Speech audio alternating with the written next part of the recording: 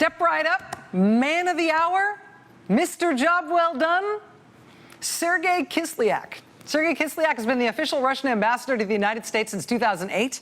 He has worked at that job incredibly hard all the years since. You know, he's had a lot to do, keeping up with the crazy alleged requests from the incoming administration for secret back-channel communications to Moscow run on Russian government equipment, trudging up to Capitol Hill for undisclosed meetings with U.S. senators who happen to be top advisors to the Republican presidential candidate. Whatever the chore wheel held for him that day, Sergey Kislyak has been there. He has showed up. He has done stuff no other ambassador has ever been called to do.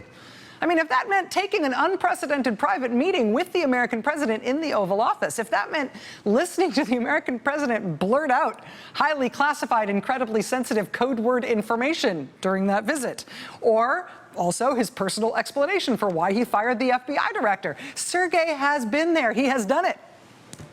The Russian Foreign Ministry will take a great photo while it's happening. You know, and that was another Sergey Kislyak job well done. Finagling a Russian state media photographer into the Oval Office? That's a hard job, but consider it done. Sergey Kislyak has worked hard, and now he's going home.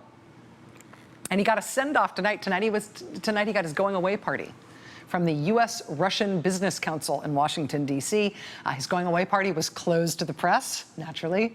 But it did come with this nice note from the Business Council. Quote, Ambassador Kislyak has been a reliable and thoughtful interlocutor for the American business community during his time in Washington.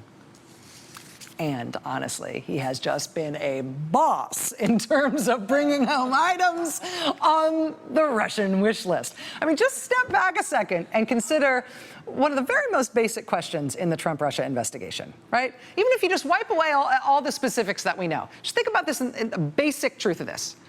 If Russia decided to interfere with an American presidential election because they wanted to change the world so the world would be more like what Russia wants, what might they want? Like, what of those things could they conceivably get from the United States, right? If Russia wanted to get something, what could they get? What could they even imagine getting? And have they gotten any of it since their attack on our election last year? For instance, Russia, strategically, would clearly like the United States to not be the leader of the free world. They'd like the U.S. to be isolated in the world. Well, more than any time in our lifetimes, more than any time since World War II, the U.S. stands apart from its friends and allies. We saw that at the G20 summit last week. Russia, strategically, would also like there to not be a very cohesive free world for the U.S. to lead. They'd like the West to be as fractured as possible. File under Brexit. Also, White House skepticism on NATO. Also, U.S. individual fractures with our best allies in the West so that nobody quite knows who the U.S. turns to in the world when we need a best friend.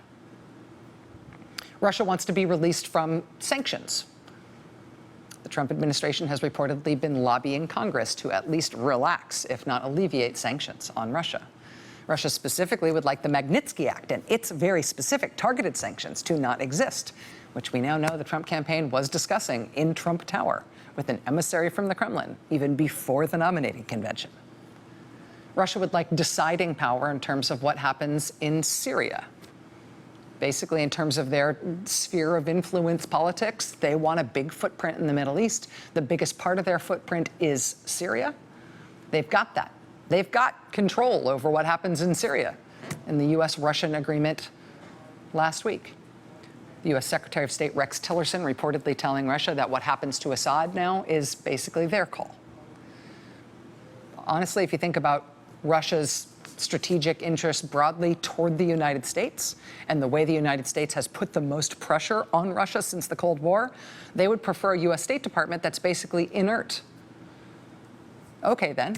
So many diplomatic jobs are empty right now in the U.S. State Department. The department could be run out of a two-person pup tent.